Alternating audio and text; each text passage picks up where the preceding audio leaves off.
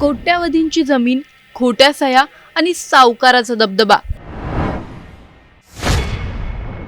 शेतकऱ्यांच्या 25 एकरावर रातोरात शेड उभं. जेवढ्या तुम्ही जागा विकलाव ना ते तलाठ्याकडे जाऊन 7-12 फेरफार काढा. जमीन की घोटाळ्याचं साम्राज्य, उरणमध्ये नेमकं चाललंय काय? उरण, कोपरोली, शांतगाव, शांतशेत, पण याच शांततेच्या आड लपलेली आहे कोट्यावधींची जमीन घोटाळ्याची काळी कहाणी. ज्यांच्या कष्टाच्या घामानं ही जमीन भिजली तेच शेतकरी आज न्यायासाठी भटकत आहेत. आधीच शेतकरी महाराष्ट्रात दुर्मिळ होत आहेत. एकतर कर्जाच्या बोजाखाली दबून शेतकरी स्वतःचं आयुष्य संपवतात आणि उरलेल्या शेतकऱ्यांना हा असा त्रास दिला जातोय. उरणमध्ये शेतीवरून झालेला हा नेमका राडा काय, सर्व जाणून घेणार आहोत या व्हिडिओमधून.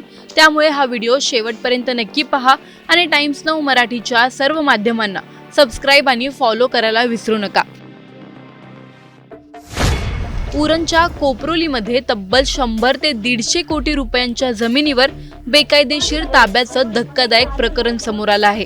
अलिबागमध्ये शेत जमिनींची जबरदस्ती मोजणी सुरू असल्याच्या तक्रारींसोबत आता उरणमध्येही अगदी तसंच प्रकरण उजेडात आलं आहे. स्थानिक शेतकऱ्यांच्या 20 ते 25 एकर जमिनीवर एका सावकाराने जबरदस्तीने कब्जा केल्याचा गंभीर आरोप करण्यात येतोय. सर्वात धक्कादायक म्हणजे शेतकऱ्यांच्या खोट्या सह्या घेऊन कुळमुक्त्यार पत्र बनवलं आणि कोणताही मोबदला न देता जमीन एका कंपनीच्या नावे दाखल करण्यात आली आहे.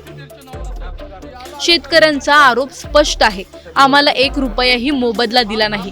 आमच्या नकळत 7-12 बदलून आमची जमीन विकली, त्यावर शेड बांधून जबरदस्तीने ताबाही घेतला. महसूल अधिकाऱ्यांना हाताशी धरून 7-12 आपल्या नावे करण्यापासून शेडचं बांधकाम करण्यापर्यंत सर्व काही वेगाने, बेकायदेशीरपणे आणि शेतकऱ्यांच्या विरोधाला न जुमानता करण्यात आल्याचं समोर आलं आहे. शेतकरी अनेकदा शेतात जाऊन काम थांबवण्याचा प्रयत्न करत राहिले, पण सावकार आणि कंपनीच्या दादागिरीपुढे त्यांची काहीच चालली नाही. आज मूळ शेतकरी न्याय मिळावा म्हणून न्यायालयाच्या दारात उभे आहेत. शेतकऱ्यांच्या शब्दात खोट्या सह्या, कोणताही मोबदला नाही, सरळ सरळ आमची घोर फसवणूक झाली आहे असं म्हणणं आहे. हा व्हिडिओ नीट पहा. उरण तालुक्यामध्ये कोपरोली गावात अनेक शेतकऱ्यांची फसवणूक करून 100 ते 150 कोटीचा हा घोटाळा घडलेला आहे. शेतकऱ्यांच्या खोट्या सह्या घेऊन, खोटी कागदपत्रकं सादर करून या शेतकऱ्यांच्या जमिनी स्वतःच्या नावावर करून घेतलेल्या आहेत.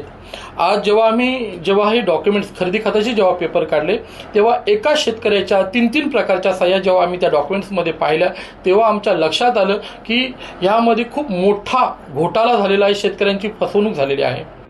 शेतकऱ्यांच्या जमिनीवर असे घोटाळे सार्वजनिकपणे सुरू असताना महसूल विभाग, प्रशासन आणि सरकार नेमकं कुठे आहे?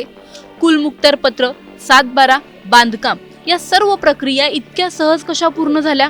आणि सर्वात मोठा प्रश्न, शेतकऱ्यांची जमीन वाचवणारं कोणी आहे का? की पुन्हा एकदा सिस्टीमचाच खेळ सामान्य माणसाला चिरडून टाकतोय? तुम्हाला या प्रकरणी काय वाटतं? आम्हाला कमेंटमध्ये नक्की कळवा आणि व्हिडिओ आवडल्यास लाईक, शेअर करायला विसरू नका. तसं अशा नवनवीन अपडेट्ससाठी टाइम्स नाऊ मराठीला नक्की फॉलो करा. उरण तालुक्यामध्ये कोपरोली गावात अनेक शेतकऱ्यांची फसवणूक करून 100 ते 150 कोटीचा हा घोटाळा घडलेला आहे.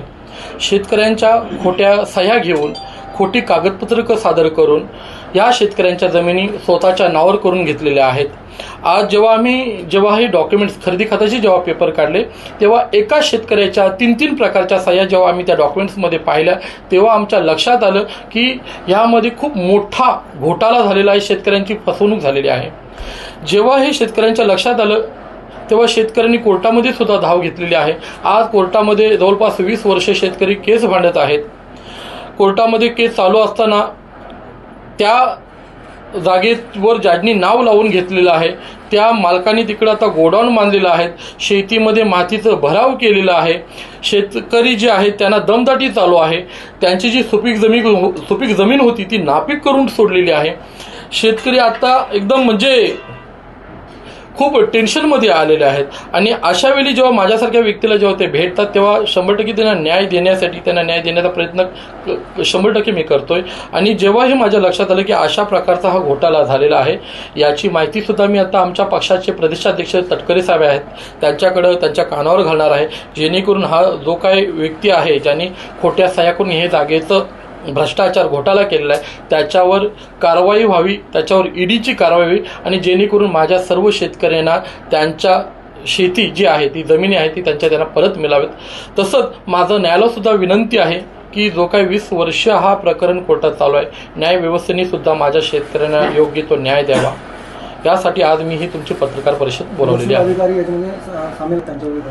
तसेच जेव्हा हा मी प्रकरण बघितलं, जेव्हा पेपर्स चेक केले, तेव्हा माझ्या असं लक्षात आलं यामध्ये मग तलाठी असतील, मंडल अधिकारी असतील, तहसीलदार असतील, इवन रजिस्टर ऑफिसर असतील, या सर्वांनी आणि बिल्डर्स या सर्वांनी संगनमत करून माझ्या शेतकऱ्यांची फसवणूक केलेली आहे.